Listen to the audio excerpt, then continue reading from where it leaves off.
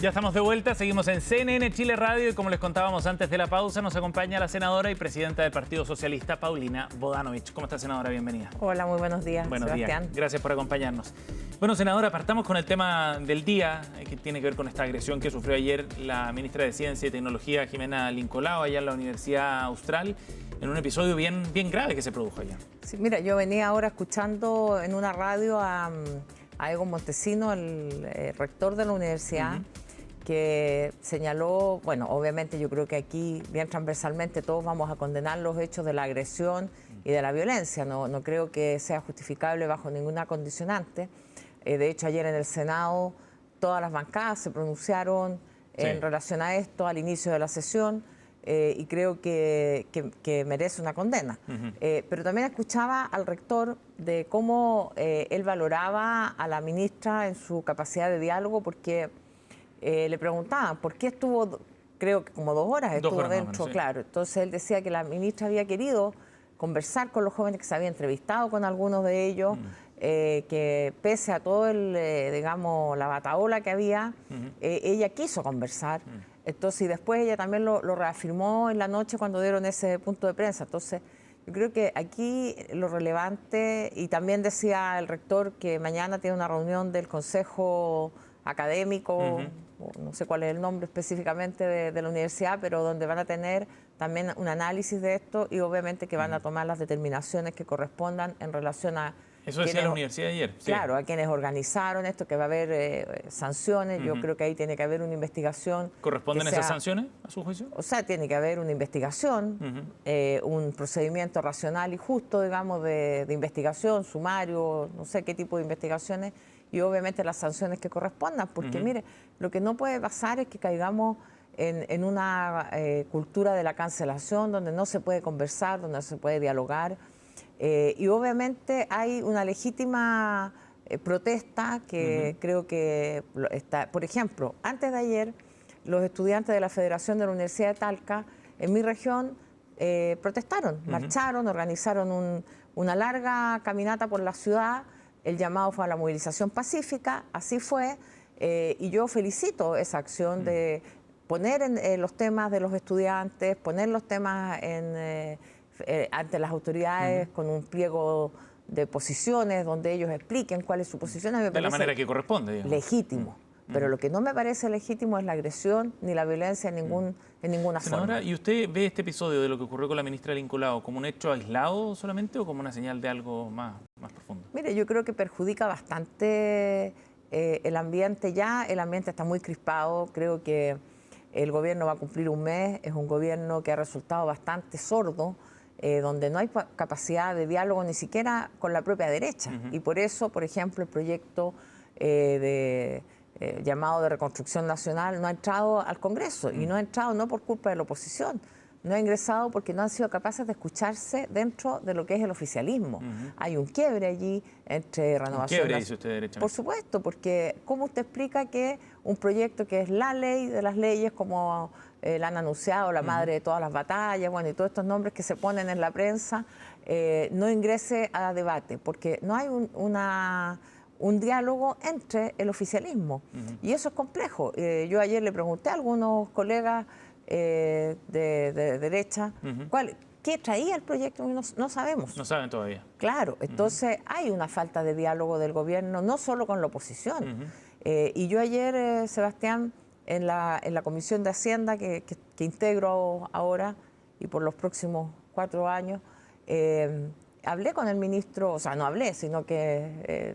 fue el Consejo Fiscal Autónomo a exponer la situación del país en términos económicos y al cabo de eso también las conclusiones del Consejo Fiscal Autónomo dicen, mire, estamos a tiempo de tomar ciertas medidas, pero eso requiere 2 cosas que son las recomendaciones del Consejo Fiscal Autónomo al final. Uno, un diagnóstico compartido. Y segundo, un diálogo y una transversalidad en las propuestas. Entonces yo me permití leerle estas conclusiones al ministro, que ya las había expuesto la presidenta del Consejo, como un llamado al gobierno para que hagan ese trabajo prelegislativo. Aquí no se trata de entrar con un proyecto y sacar 2 votos más por acá, 2 votos más por allá, porque son temas muy complejos y que le pegan a la gente. ¿Y usted cree que esa es la apuesta del gobierno, pirquinear los votos, digamos, para tratar de pasar con lo justo? No sé si es la apuesta, pero mire, a mí me preocupa que no haya ninguna posibilidad de diálogo. En las mitigaciones digamos, del cambio del MEPCO, cuando el ministro Quirós va allá, pudimos plantearle, por ejemplo, en el caso mío, el tema de los pescadores. Ahora, digo mío porque en mi región hay solo pesca artesanal. Entonces yo le planteé el tema de los pescadores. Finalmente, 2 o 3 días después, se accedió a un bono que es muy pequeño, de 100.000 pesos para los que están inscritos en el registro, no necesariamente para el pescador. Pero bueno, lo mismo pasa con los colectivos. Pero, por ejemplo, hasta el día de hoy día volvió a subir el combustible, 85 pesos, 65 pesos. Nuevamente, una nueva alza que le pega a la gente, que le pega a los colectiveros, que le pega al transporte público de regiones, porque el transporte público de Santiago tiene un subsidio, ¿senadora? En las regiones no se puede aplicar y ese costo se está traspasando a la gente y eso nos preocupa. Ahora, el problema de diálogo que usted diagnostica, ¿está en el ministro de Hacienda, Jorge Quirós, en particular, o usted lo ve como un tema transversal al gobierno? Mire, yo no creo que el ministro, por lo menos en la comisión, escuchó y finalmente tomó algo de lo que le pedimos. Ayer insistimos en el tema de los agricultores, tanto María José Gatica, senadora por la región de Los Ríos, Rodolfo Carter, senador por la Araucanía, y yo como senadora por el Maule, y también el presidente de la comisión, Macaya, que es senador por O'Higgins, regiones eminentemente agrícolas, claro. Donde tenemos un problema no solo con el combustible, porque los agricultores también necesitan combustible para mover sus máquinas, para poder transportar los productos, pero también con los fertilizantes, que es un tremendo problema derivado de la guerra que a veces se invisibiliza afuera, claro. Y han subido demasiado los precios y eso también está golpeando al pequeño agricultor y también al gran agricultor. Pero yo le pregunto por esta distinción que usted puede hacer entre el Ministerio de Hacienda y el resto del gobierno, porque se habla de esta idea de las 2 almas dentro del Ejecutivo. ¿Usted lo ve así? Les encanta instalar la cosa de las almas en los gobiernos. Es que además ustedes saben lo que significa esa idea de las 2 almas, ¿o no? Yo creo que hay muchas almas.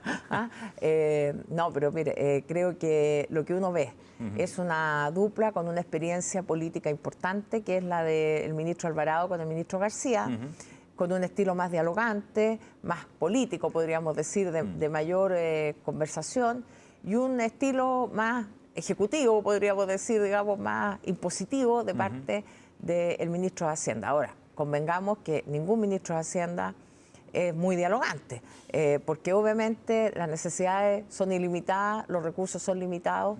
Tiene una pega bien ingrata a los ministros de Hacienda en general. Claro, pero yo lo que esperaría es que, entendiendo que los recursos son limitados, porque nadie aquí quiere inventar soluciones mágicas, sino más bien que haya prioridades. Y sobre todo que en este contexto que nos plantea el Consejo Fiscal Autónomo, que lo planteó la presidenta del Banco Central la semana pasada, donde decía Chile va a tener mayor inflación, ya lo vimos ayer con un 1% en el mes de marzo, y menor crecimiento. Entonces, cuando las soluciones que se proponen y el diagnóstico no es compartido, por eso es tan importante lo que decía el Consejo Fiscal Autónomo, porque cuando uno ve tiene la mitad de la mirada y la otra mitad y no se complementan, finalmente las soluciones no son integrales.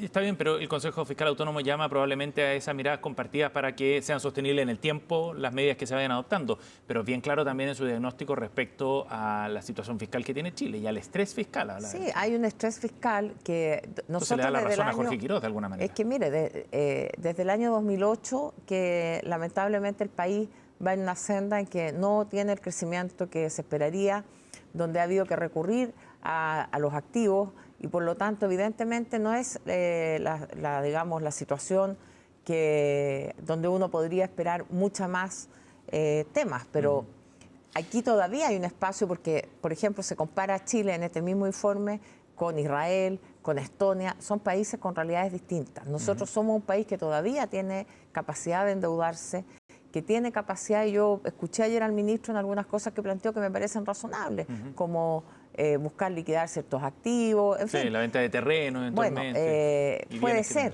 son cosas que uno puede debatir, pero ¿sabes lo que no se puede debatir? Que la gente no tenga al Estado cuando lo necesita.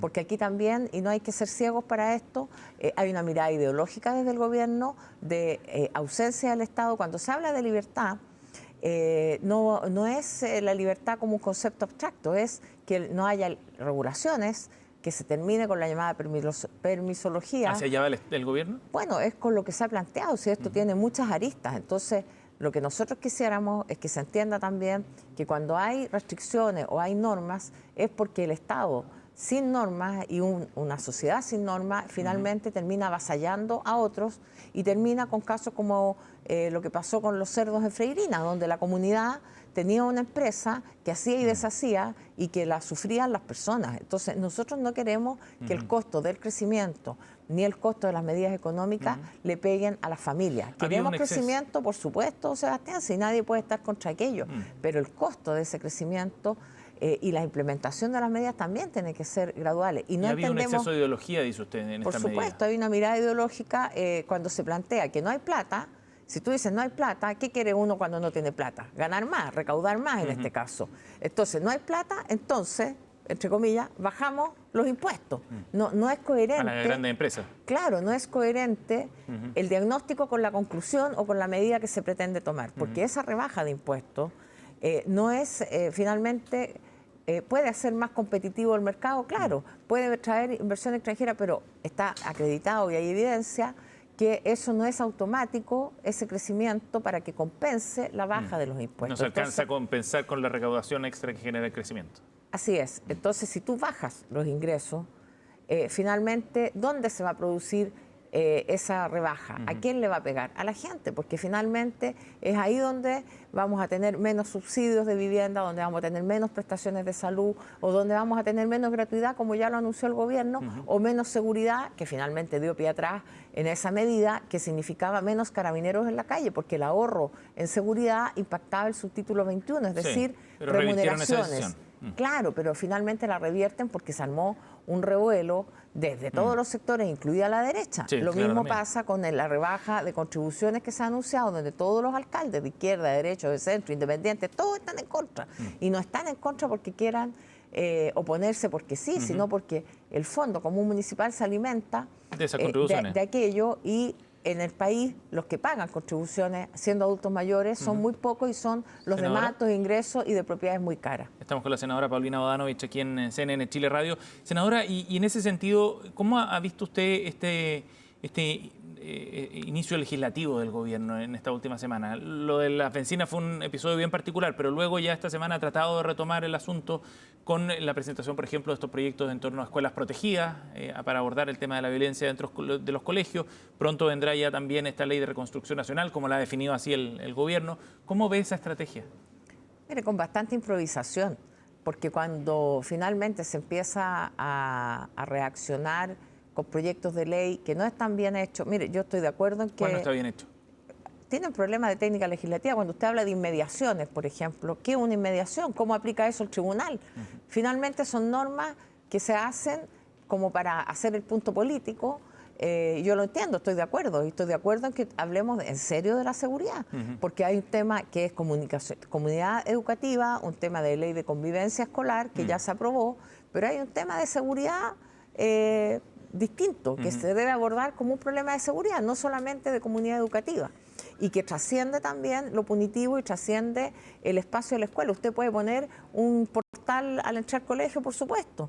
¿Va a ayudar eso? Probablemente, pero ¿es la solución? No es la solución. Entonces, estos problemas hay que enfrentarlos de verdad, entendiendo que hay un problema, primero. Y segundo, que soluciones así tecnológicas o de ese tipo pueden colaborar, pero no van a ser la solución. Aquí hay problemas mucho más de fondo, problemas sociales, problemas de cuidado de las familias, de los hijos.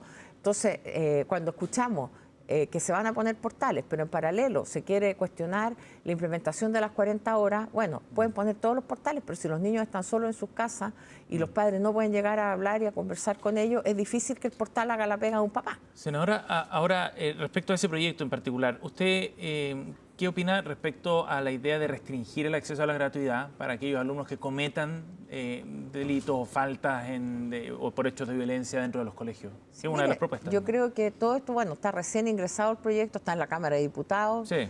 Yo lo leí someramente y creo que son ideas que se pueden debatir, pero tampoco me parece que finalmente se ponen los énfasis como en temas que son muy coyunturales, no en la integralidad del problema. Nosotros tenemos que enfrentar el problema de la seguridad, no solo en los colegios. Aquí tenemos problemas, y como se vio ayer, de una violencia que está en los estadios, que nadie se hace cargo de eso. En fin, tenemos pero el problema un cuando tema... se habla de esa generalidad, digamos, de una situación en la sociedad de violencia, es que se pierde el foco también para atacar ciertos problemas específicos, y eso es lo que busca el gobierno, dicen, Sí. generar un costo asociado a determinadas conductas violentas. Claro, pero mire, el proyecto, yo estoy de acuerdo en que lo debatamos en el Congreso, pero hay que mejorarlo. El proyecto, segundo, tiene un problema de implementación. ¿Cómo en los colegios se va a producir esta teórica revisión de las mochilas? O sea, de verdad, no sé cómo se puede implementar aquello. Entonces, yo le preguntaba además estas son medidas que atacan el síntoma, pero tenemos que ir al fondo del problema. Yo le preguntaba en particular por lo de la gratuidad, porque esta mañana la ministra Mara Cedini, en conversación con Tele 13 Radio, decía que vamos a evaluar la posibilidad de que se incluyan a universitarios también en estas sanciones contempladas en el proyecto de escuelas protegidas, o sea, la posibilidad de que quizás aquellos que cometan actos de violencia dentro del ámbito universitario también pudieran verse restringido el acceso a esos derechos. La privación de derechos sociales siempre ha sido uno de los temas que está como sanción, digamos, como hay como penas accesorias, por decir de alguna manera, así como el no ejercicio de cargos públicos. Eso se puede debatir. Yo no creo que haya temas que no se puedan conversar en el Parlamento, pero sí me parece que estamos atacando solo los síntomas, solo la fiebre. Entonces, cuando atacamos la fiebre, la enfermedad sigue. Tenemos un problema de violencia en distintas situaciones que no se abordan. Hace muchos años los profesores se vienen quejando de la violencia que ejercen los apoderados, violencia física incluso. Por lo tanto, tenemos un tema no solo en los colegios. Entonces, hay que abordarlo, y por eso me parece muy importante la condena que se haga a hechos como el de ayer, pero también que entendamos que hoy día hay un ambiente que está crispado, que va más allá de los colegios, de las universidades, donde todos tenemos que colaborar. El diálogo tenemos que instalarlo. Y a propósito de ese ambiente crispado, el gobierno se va a querellar por estos hechos de violencia ayer en la Universidad Austral.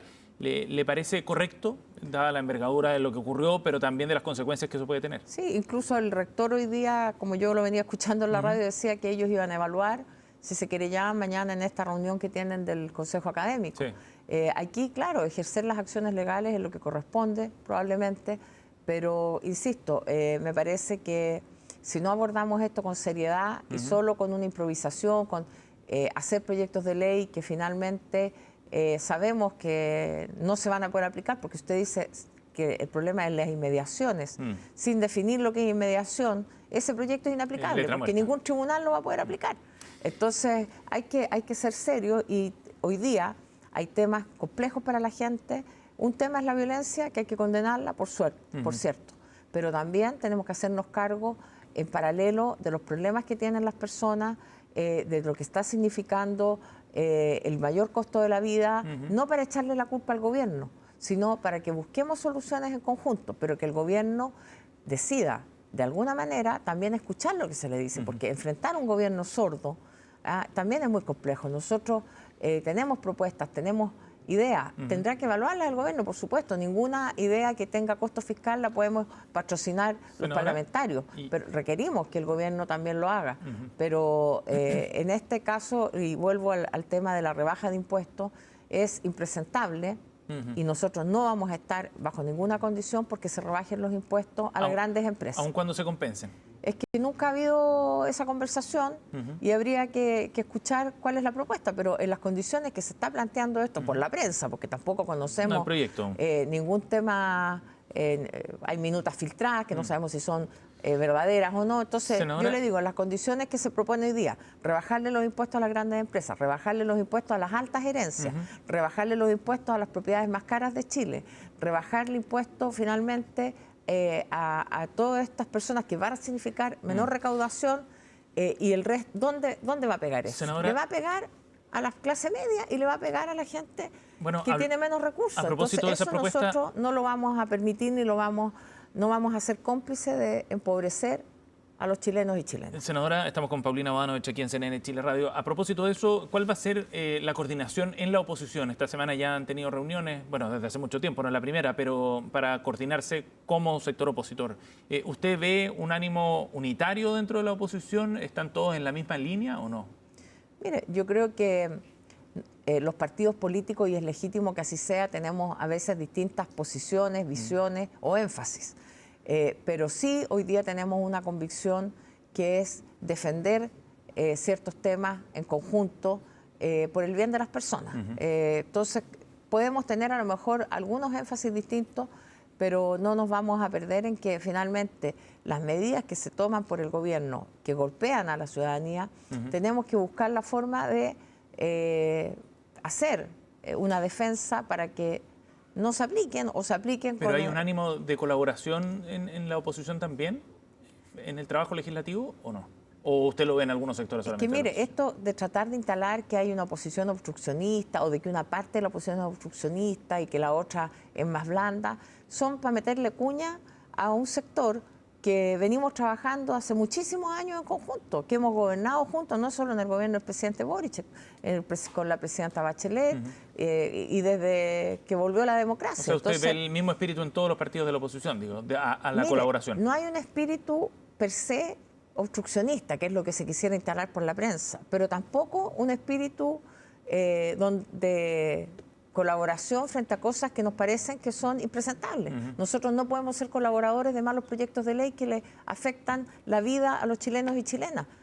Fíjese, este proyecto de mitigación que se presentó el otro día, claro, lo aprobamos, lo mejoramos, incorporamos a los transportistas escolares, a los colectiveros, a los pescadores después, 2 o 3 días después, pero es un mal proyecto. Bien. Y es mala la idea de suspender la aplicación del MEPCO en los términos en que estaba, porque finalmente se produce el efecto que se produjo.